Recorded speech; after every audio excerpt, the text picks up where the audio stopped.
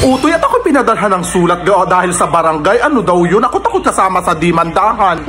Ako'y wag na wag ninyong asama o adamay dyan sa dimandahan at ako'y nakipulutan lamang. At kami nakaw-dakaw ng manok na kapitbahay at saka papulutan nyo sa akin. Malay ko bagang nakaw yan. Patikim-tikim nyo sa akin, tas ako asama-sama nyo sa dimandahan. Ay ako'y nakipulutan lamang. Ay hindi maganda yung inagawa ninyo. Ako'y humigup lamang ng sabaw ng manok na tinikli ninyo.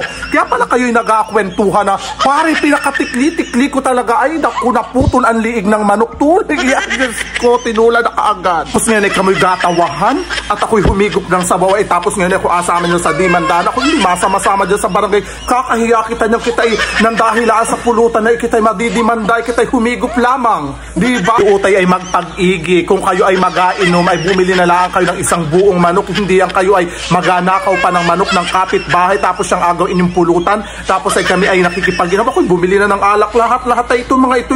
Kita'y adamay pala yung palang aking inapulutan na yan pala naman ay galing sa kapitbahay at tinakaw ninyo. Ay makasasabungin pa naman. Buti sana kung binabaiyan at walang problema.